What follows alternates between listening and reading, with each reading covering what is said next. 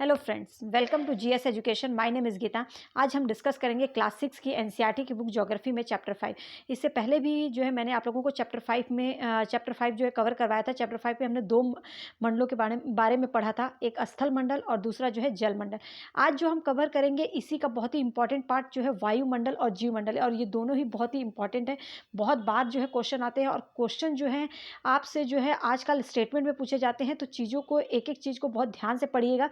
मैं पूरा एक्सप्लेन करूँगी, तो एक्सप्लेनेशन ज़रूर देखिएगा। एक दो बार देख लेंगे तो आपको चीज़ें जो है क्लियर हो जाएंगी। फिर आप भले ही पीडीएफ लेकर पढ़ लें, लेकिन मैं बार बार कहती हूँ कि आप इसके साथ जो है अपना खुद का नोट्स ज़रूर प्रिपेयर करें। आप शॉर्ट्स में नोट्स प्रिपेयर करेंगे तो at the end exam time में आप लोगों को जो है हेल्प मिलती है रिवीजन में। बाकी आपकी मर्जी है, कैसे भी पढ़ें, कहीं से भी पढ़ें।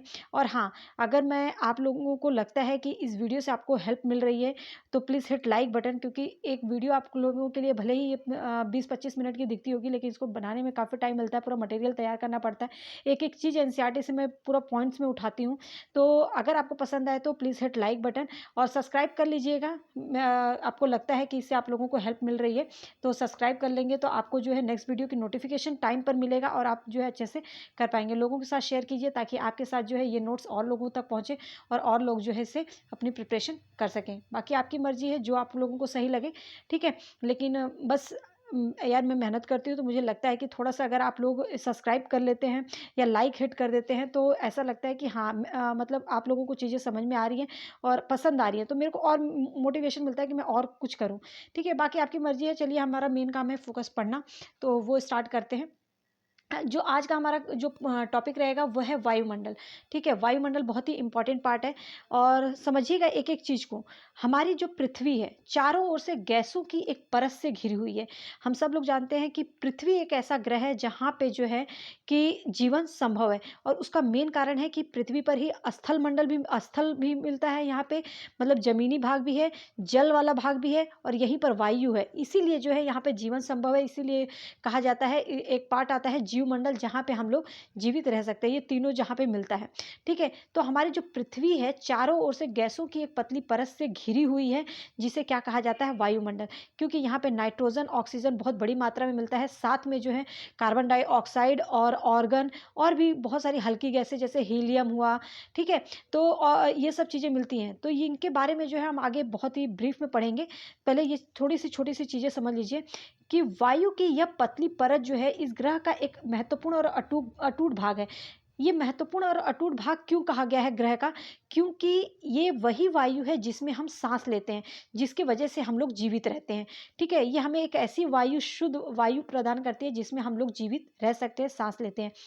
वायुमंडल हम लोगों को जो है सूर्य की हानिकारक किरणों से भी बचाता है। मतलब कि अगर पृथ्वी पे वायुमंडल वाला भाग ना हो तो यहाँ पे जो है लोगों के लिए सरवाइव करना मुश्किल हो जाएगा, क्योंकि वायु जो है डायरेक्ट लोगों के ऊपर पड़ेगी। तो सूर्य की जो हानिकारक किरणें हैं जैसे ओजोन, तो इससे जो है इसकी जो है क्या करता है, वो रक्षा करता है वायुमंडल, ठीक है। आगे चलते हैं, आगे देखते हैं वायुमंडल जो है, वायुमंडल के घटक।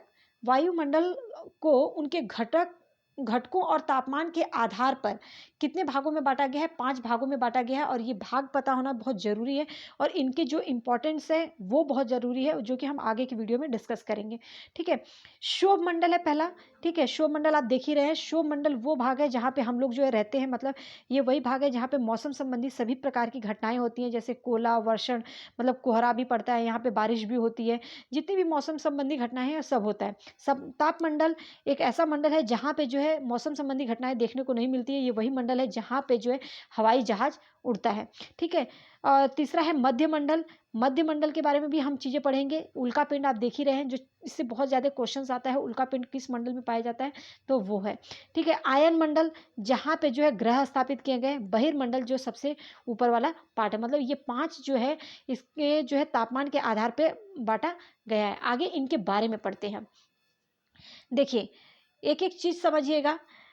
क्षोभ मंडल, क्षोभ मंडल यह परत वायुमंडल की सबसे महत्वपूर्ण परत है और इसकी औसत ऊंचाई 13 से 14 किलोमीटर, मतलब इसकी जो ऊंचाई है लगभग 13 से 14 किलोमीटर, यहाँ पे आपको 10 दिख रहा होगा लेकिन लगभग 13 से 14 किलोमीटर इसकी ऊंचाई पाई जाती है। ठीक है, हम इसी मंडल में मौजूद वायु में सांस लेते हैं क्योंकि ये वही मंडल है जहाँ पे मनुष्य रहता है, अर्थात इसी मंडल में जो है मौसम संबंधी सभी प्रकार की घटनाएं होती हैं। एक बहुत ही प्यारा सा क्वेश्चन, बहुत ही अच्छा क्वेश्चन बार बार आता है कि मौसम संबंधी घटनाएं किस मंडल में होती हैं, तो वो आप याद रखिएगा कौन सा मंडल है, क्षोभ मंडल। ठीक है, यहाँ पे वर्षा, कोहरा, ओला वर्षण सब कुछ जो है इसी परत के अंदर होता है। एक क्वेश्चन आता है कि जेट स्ट्रीम किस मंडल में चलती है। जेट स्ट्रीम जो है एक हवा है, तेज गति से चलने वाली हवा है जो कि क्षोभ मंडल के ऊपरी वाले भाग में चलती है और इसकी जो दिशा होती है वो है पश्चिम से पूर्व की ओर। ठीक है, पश्चिम से पूर्व की ओर जो है ये जेट स्ट्रीम चलती है और ये क्षोभ मंडल की ऊपरी हिस्से में चलती है। एक और क्वेश्चन आता है कि क्षोभ मंडल में जो है तापमान कितना होता है, तो याद रखिएगा क्षोभ मंडल में जो है विषुवतीय भागों में, ये विषुवतीय भागों में जो है इसका तापमान जो है लगभग 80 डिग्री सेल्सियस होता है, वहीं पर जो ध्रुवीय क्षेत्रों में इसका तापमान जो है लगभग 45 डिग्री सेल्सियस होता है, ये याद रखिएगा। ठीक है, ये था क्षोभ मंडल के बारे में फैक्ट्स। आगे हम चलते हैं।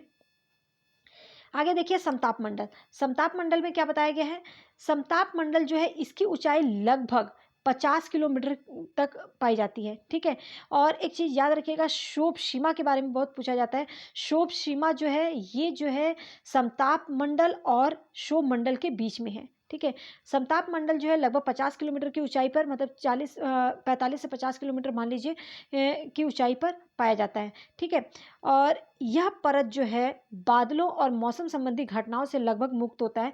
एक बहुत ही अच्छा क्वेश्चन आता है कि हवाई जहाज उड़ाने के लिए हवाई जहाज किस मंडल में उड़ता है, तो याद रखिएगा यहाँ पे इस चीज़ को, ये डायग्राम लगाने का मेन मकसद है। समताप मंडल आपको दिख रहा है। ठीक है, क्षोभ सीमा से देखिए, क्षोभ सीमा से समताप सीमा के बीच में हमारा ये समताप मंडल आता है और यहाँ पे जो है हवाई जहाज के लिए बहुत ही आदर्श स्थिति पाई जाती है। कारण यह है कि इस मंडल में कोई भी मौसम संबंधी घटनाएं नहीं होती है, मतलब ना तो यहाँ पे कोहरा होता है, ना ही तो आपकी बारिश होती है, तो मौसम संबंधी घटनाएं नहीं होती। यही कारण है कि यहाँ पे हवाई जहाज उड़ाया जा सकता है। ठीक है, समताप मंडल में ही ओजोन गैस की परत है। यहाँ पर जो है ओजोन गैस की परत पाई जाती है और यह परत जो है सूर्य से आने वाली जो हानिकारक किरणें हैं उसको रोकती है। ठीक है, जो सूर्य से हानिकारक किरणें आती हैं जो है इसी मंडल में, जो है ये मंडल जो है उनसे लोगों की रक्षा करती है, ये मंडल जो है रोक लेती है। ठीक है, आगे है नेक्स्ट पॉइंट जो है क्लोरोफ्लोरोकार्बन। क्लोरोफ्लोरोकार्बन मुख्य रूप से ओजोन के लिए हानिकारक है। याद रखिएगा क्लोरोफ्लोरोकार्बन जो है ये ठंडक प्रदेशों में पाया जाता है। कहाँ पर, ठंडक प्रदेशों में। ठंडक प्रदेशों में जो है, एक मिनट, ठंडक प्रदेशों में जो है क्लोरोफ्लोरोकार्बन जो है कार्य करता है। ठीक है, तो क्लोरोफ्लोरोकार्बन जो है ओजोन के लिए हानिकारक है और इसीलिए जो है एक चीज आता है, क्वेश्चन आता है कि ओजोन छिद्र जो है, ओजोन छिद्र याद रखिएगा इसी का एक पार्ट है, ओजोन छिद्र ये कहाँ पर बना हुआ है, तो ये जो है अंटार्कटिका व ऑस्ट्रेलिया। ठीक है, अंटार्कटिका व ऑस्ट्रेलिया के ऊपर जो है ओजोन छिद्र बना हुआ है, ये चीज़ भी याद रखिएगा। तो हमें क्या क्या याद रखना है समताप मंडल में, बहुत ही इंपॉर्टेंट चीज़ कि हवाई जहाज के लिए आदर्श स्थिति कहाँ पर पाई जाती है, समताप मंडल में। इसका कारण क्या है, क्योंकि यहाँ पे मौसम संबंधी घटनाएं नहीं होती हैं। ठीक है, दूसरी बात कही गई है कि यहीं पर जो है ओजोन गैस की परत पाई जाती है और यह वह परत है जहाँ पर सूर्य की आने वाली हानिकारक किरणें जो होती हैं ये रक्षा करती है। ठीक है, क्लोरोफ्लोरोकार्बन मुख्य रूप से जो है ओजोन के लिए जिम्मेदार है और ये जो है ठंडक प्रदेशों में, जो क्लोरोफ्लोरोकार्बन है ठंडक वाले प्रदेशों में ये कार्य करता है। और एक चीज़ है कि ओजोन छिद्र कहाँ पर है, तो अंटार्कटिका व ऑस्ट्रेलिया में। ओजोन को मापने की इकाई आती है, तो ये याद रखिएगा डॉप्सन। डॉप्सन जो है ओजोन को मापने की इकाई है। तो ये समताप मंडल के बारे में पूरे फैक्ट्स थे और उम्मीद करती हूँ कि ये चीज़ें आपको क्लियर हो गई होंगी। अगर आता है क्वेश्चन आपका समताप सीमा किस मंडल के बीच में पाया जाता है, तो याद रखिए मध्य मंडल और समताप मंडल के बीच में जो है समताप सीमा पाई जाती है। ठीक है, आगे चलते आगे देखते हैं आगे क्या है। नेक्स्ट जो है हमारा है मध्यमंडल। मध्यमंडल के बारे में फैक्ट्स क्या बोलता है? मध्यमंडल जो है यह वायुमंडल की क्या है? तीसरी परत है। समताप मंडल के ऊपर, मतलब समताप मंडल के ऊपर जो है हमारा मध्यमंडल पाया जाता है और इसकी ऊंचाई लगभग जो है बोला जाता है 80 किलोमीटर तक है। मध्यमंडल की ऊंचाई है वो लगभग 80 किलोमीटर तक फैली हुई है और अंतरिक्ष में जो प्रवेश करने वाले उल्कापिंड है, यहाँ पे देख सकते हैं ये उल्कापिंड, वो जो है यहाँ पर आकर जल जाते हैं। तो उल्कापिंड किस मंडल में पाए जाते हैं ये भी याद रखिएगा, वो है मध्यमंडल में। मध्यमंडल में जो है ये आकर जो है जल जाते हैं। ठीक है, आगे देखते हैं। ये मध्यमंडल के बारे में था। मध्यमंडल के बारे में एक ही क्वेश्चन बहुत इंपॉर्टेंट है कि उल्कापिंड किस मंडल में पाए जाते हैं या किस मंडल में आकर जल जाते हैं, तो ये याद रखिएगा वो है मध्यमंडल। इसके बारे में एक कुछ नोट्स मैं बताऊंगी, वो आगे हम पढ़ेंगे, पहले इन मंडलों के बारे में जान लेते हैं। ठीक है, नोट्स देखिए, आप पहले नोट्स जान ही लीजिए। वायुमंडल जो है, जो हमारा वायुमंडल है, प्रत्येक 165 मीटर की ऊंचाई पर, मतलब जैसे जैसे ऊपर जाते हैं तो 65 मीटर की ऊंचाई पर जो है 1 डिग्री तापमान जो है इसका क्या होता है? घटता जाता है। याद रखिएगा, कितने मीटर की ऊंचाई जाने पर जो है तापमान घटता है? तो 165 मीटर की ऊंचाई पर जो है 1 डिग्री तापमान घटता है। और ये बहुत ही इंपॉर्टेंट क्वेश्चन है, क्वेश्चन आता भी है। लेकिन तापमान जो है मध्यमंडल तक ही घटता है, उसके बाद जो है तेजी से बढ़ने लगता है। तो याद रखिएगा, किस मंडल तक जो है तापमान जो है घटता जाता है? वो है मध्यमंडल तक। उसके बाद जो है हमारा तापमान बहुत तेजी से बढ़ता है और 165 मीटर की ऊंचाई तक जैसे जैसे मतलब 165 मीटर की ऊंचाई पर हम जाएंगे तो 1 डिग्री तापमान जो है क्या हो जाता है? घटता जाता है। तापमान में हमारा विभिन्नता पाई जाती है समताप मंडल में ओजोन परत के कारण। तापमान में विभिन्नता का कारण क्या है? ओजोन परत। ठीक है, ऊंचाई के साथ दाब घटता है, क्योंकि ऊंचाई के साथ दाब घटने का कारण क्या है? क्योंकि तापमान जो है बढ़ता है। अगर तापमान बढ़ेगा तो दाब घटेगा। ठीक है, लेकिन यहाँ पे एक जो चीज़ है वो समझिएगा, ऊंचाई के साथ दाब तो घटता जाता है, वह तापमान भी घटता है। अब मैंने जैसे बताया ना कि जो मध्य मंडल तक जो है तापमान घटता है, लेकिन उसके बाद तेजी से बढ़ता है। लेकिन ये याद रखिएगा कि दाब को जो है यहाँ पे बताया गया, दाब घटता है क्योंकि हमेशा ऊपर जाने पर जो है हमारा तापमान क्या है? जो है बढ़ता जाता है। और सबसे अधिक वायुमंडलीय दाब जो है, हम सबको पता है कि समुद्र स्तर पर सबसे अधिक जो है दाब पड़ता है। ठीक है, सबसे अधिक जो दाब है वो कहाँ पर है? समुद्री स्तर पर। तो उम्मीद करती हूँ ये समझ में आ गया होगा। आगे देखते हैं तापमंडल के बारे में, और इसके फैक्ट्स भी बहुत बार पूछे जाते हैं। तापमंडल में क्या बोला गया है? बढ़ती ऊंचाई के साथ तापमान जो है अधिक तीव्रता से बढ़ता है। अभी हमने पढ़ा कि जो तापमान है मध्य मंडल तक तो घटता जाता है, उसके बाद तेजी से बढ़ता है। लेकिन दाब जो है, याद रखिएगा, दाब जो है जैसे जैसे ऊंचाई पर आप जाएंगे तो वो जो है घटता जाता है। सबसे अधिक दाब जो है समुद्रीय स्तर पर होता है। आयन मंडल जो है इस परत का एक महत्वपूर्ण भाग है। मतलब ताप मंडल का ही भाग जो है आयन मंडल भी, ताप मंडल को ही आयन मंडल भी कहा जाता है। ताप मंडल का एक महत्वपूर्ण भाग आयन मंडल भी है। ठीक है, आयन मंडल मतलब कि ताप मंडल के अंदर ही आता है, उसी को कहा जाता है एक तरह से। 80 से 400 किलोमीटर की ऊंचाई तक जो है ये फैला हुआ है। रेडियो संचार के लिए इस परत का उपयोग किया जाता है। किसका? तापमंडल का। मतलब रेडियो संचार जो उपग्रह स्थापित किए जाते हैं वो जो है कहाँ पर? तो वो है हमारा तापमंडल। और ये जो बाह्य मंडल दिया गया है इसी को जो बोला जाता है तापमंडल, ये भी याद रखना। ठीक है, बाह्य मंडल को ही तापमंडल भी बोला जाता है। एक बहिर्मंडल होता है, एक बाह्य मंडल, क्योंकि ये ऊपरी वाली भाग ऊपर जा रहे हैं। ठीक है, तो ये तापमंडल और आयन मंडल भी इसी परत को कहा जाता है, इसी परत का एक भाग है। तो जितने भी संचार उपग्रह स्थापित किए जाते हैं, रेडियो संचार उपग्रह स्थापित किए जाते हैं, वो याद रखिएगा तापमंडल में, मतलब आयन मंडल में। वास्तव में पृथ्वी पे जो प्रसारित रेडियो तरंगे हैं इस परत द्वारा पुनः पृथ्वी पर जो है परावर्तित कर दी जाती हैं। मतलब कि अगर कहने का अर्थ है कि वास्तव में पृथ्वी पे जो प्रसारित रेडियो तरंगे हैं, मतलब पृथ्वी पर जो है, अगर हम बात करें यहाँ पे अर्थ है और यहाँ पे सन है, तो सन से जो है लघु तरंगों के रूप में जो है तरंगे आती हैं, लघु तरंगे आती हैं। वो कहाँ पर आती हैं? हमारे अर्थ पर। और दीर्घ तरंग के रूप में जो है ये वापस चली जाती हैं। तो वही बोल रहा है कि वास्तव में पृथ्वी पर प्रसारित जो रेडियो तरंग है इस परत द्वारा पुनः वापस पृथ्वी पर परावर्तित कर दी जाती है। मतलब कि तापमंडल से ही जो है ये नीचे आती हैं और यहाँ से जो है ऊपर परावर्तित कर दी जाती हैं। तो लघु तरंगों के रूप में जो है ये पृथ्वी पर आती हैं और दीर्घ तरंगों के रूप में जो है ये वापस चली जाती है। दीर्घ तरंग का वापस न लौटना ही गर्मी का कारण होता है। अगर नहीं वापस लौटती हैं तो बहुत तेजी से गर्मी पड़ती है। प्राथमिक स्तर पर जहां उपग्रह स्थापित किया गया वो कहां पर है? तो याद रखिएगा, बहुत ही इंपॉर्टेंट क्वेश्चन है, वो है तापमंडल। ठीक है, आगे चलते हैं, आगे देखते हैं। आगे क्या बताया गया है सॉरी, तापमंडल में प्रकाश पुंज दिखाई देते हैं। ठीक है, तापमंडल में ही आपने यहाँ पे देखा, एक मिनट, हाँ, ये है हमारा तापमंडल। तापमंडल में जो है रेडियो संचार तरंगे तो स्थापित किए गए हैं, मतलब रेडियो तरंगे तो स्थापित किए गए हैं, लेकिन यहाँ पर जो है प्रकाश पुंज भी देखने को मिलता है। कहाँ पे? तापमंडल में। तो जो ये प्रकाश पुंज दिखाई देते हैं, ये उत्तरी गोलार्ध में इनको क्या कहा जाता है? अरोरा बोरेलिस। याद रखिएगा, तापमंडल में प्रकाश जो पुंज दिखाई देते हैं इसको उत्तरी गोलार्ध में अरोरा बोरेलिस कहते हैं, और वहीं दक्षिणी गोलार्ध में इसको अरोरा ऑस्ट्रेलिस कहते हैं। बहुत ही इंपॉर्टेंट है, ये क्वेश्चन आता है। ठीक है, दोनों तरफ ध्रुवों पर ये दिखाई देते हैं। और हमारे वायुमंडल में मिलने वाले मुख्य जो गैस हैं वो समझ लीजिए कौन कौन से हैं। तो नाइट्रोजन जो है 78% है, ऑक्सीजन कितना है? 21%। वहीं पर अन्य गैसों में जैसे ऑर्गन हुआ, ऑर्गन कितना है? 0.93%। और कार्बन डाइऑक्साइड जो है 0.03%। ये जो है, ये तो हमारी जो है गैसें हैं। ठीक है, इसमें जिसमें नाइट्रोजन, ऑक्सीजन और ऑर्गन, ये जो भारी गैसें हैं। जो हल्की गैसें हैं वो कौन कौन सी हैं? तो वो है हीलियम, ट्रिक्जॉन। तो ये जो है हमारे कौन कौन से, ऑर्गन भी उसी में कार्बन डाइऑक्साइड भी आ जाता है। तो sorry, nitrogen, oxygen, carbon dioxide ये भारी गैसों में आता है, लेकिन ऑर्गन जो है और हीलियम ये जो है हल्की गैसों में आता है।